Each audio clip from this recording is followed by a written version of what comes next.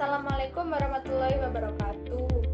Perkenalkan, nama saya Niswani Alfifah Rezi dengan NIM 060203234042 dari kelas D semester 5. Di sini saya akan memaparkan materi yang berjudul Rencana Tindak Lanjut atau RTAL dan Pengembangan Supervisi untuk memenuhi tugas UAS mata kuliah Supervisi Pendidikan dan Supervisi Manajerial. Kita akan mengulas 5 pokok penting yang menjadi inti pembahasan dalam materi ini. Yang pertama ada konsep rencana tindak lanjut RTAL dalam supervisi. Rencana tindak lanjut atau RTAL merupakan tahap penting dalam supervisi pendidikan yang memastikan hasil supervisi tidak berhenti pada laporan, tetapi benar-benar ditindaklanjuti. RTAL disusun berdasarkan temuan supervisi seperti kendala pembelajaran, kelemahan guru, ataupun kebutuhan pengembangan profesional. Nah, melalui RTAL, sekolah dapat merancang langkah konkret berupa pembinaan, pendampingan, dan evaluasi untuk meningkatkan mutu proses belajar mengajar. Nah, juga RTAL menekankan kesinambungan antara evaluasi, refleksi, tindakan, sehingga perbaikan pembelajaran dapat berjalan secara terukur dan berkelanjutan. Yang kedua ada strategi implementasi RTAL di sekolah ataupun madrasah. Ada beberapa strategi penting dalam pengimplementasian RTAL. Yang pertama ada perencanaan kolaboratif, yaitu penyusunan RTAL bersama kepala sekolah, guru, dan pengawas agar tindak lanjut sesuai kebutuhan nyata di lapangan. Kedua, ada pendekatan partisipatif, di mana guru turut menentukan bentuk tindak lanjut seperti pelatihan, pendampingan, atau pengembangan metode pembelajaran. Yang ketiga, ada pendampingan berkelanjutan melalui coaching, observasi, diskusi reflektif, dan umpan balik yang membantu guru memperbaiki praktik mengajar secara bertahap.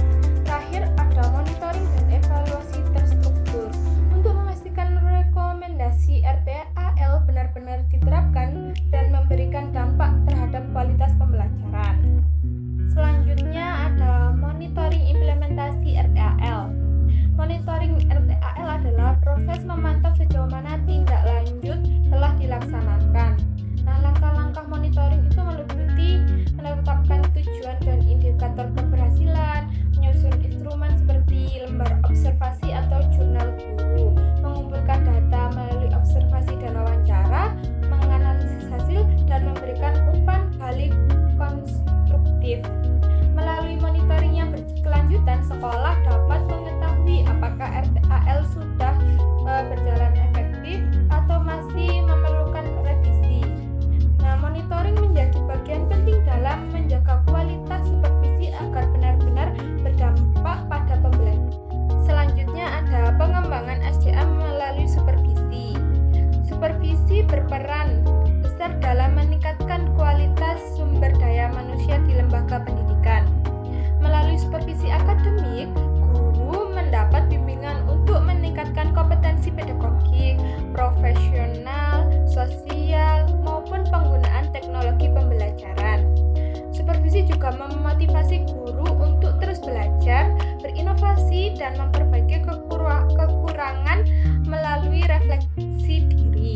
Dengan demikian, pengembangan SDM tidak hanya berupa pelatihan formal, tetapi juga melalui profesi supervisi yang sistematis, suportif, dan berkelanjutan. Nah, yang terakhir ada peran stakeholder dalam implementasi RTAL. Implementasi RTAL tidak dapat berjalan efektif tanpa dukungan beberapa pihak. Jadi, kepala sekolah berperan sebagai pengaruh dan pembina, sedangkan guru sebagai pelaksanaan tindak lanjut supervisi, dan pengawas berfungsi sebagai konsultan yang memberi bimbingan teknis. Dan juga orang tua dan komit sekolah memberi dukungan moral serta material. Sedangkan siswa sebagai penerima manfaat memberikan umpan balik terhadap proses pembelajaran. Sementara itu, pemerintah dan masyarakat turut mendukung melalui kebijakan dan kemitraan pendidikan. Nah, sinergi seluruh stakeholder inilah yang membuat RTAL berjalan efektif dan kesimpulannya yaitu rencana tindak lanjut atau RTAL dan supervisi yang terstruktur berperan penting dalam meningkatkan mutu pendidikan melalui perencanaan kolaboratif, monitoring yang berkelanjutan, pembinaan guru serta dukungan stakeholder. Supervisi dapat menjadi kekuatan utama dalam menciptakan pembelajaran yang berkualitas dan berorientasi pada perbaikan berkelanjutan. Sekian penyampaian materi dari saya. Akhirnya, wassalamualaikum warahmatullahi wabarakatuh.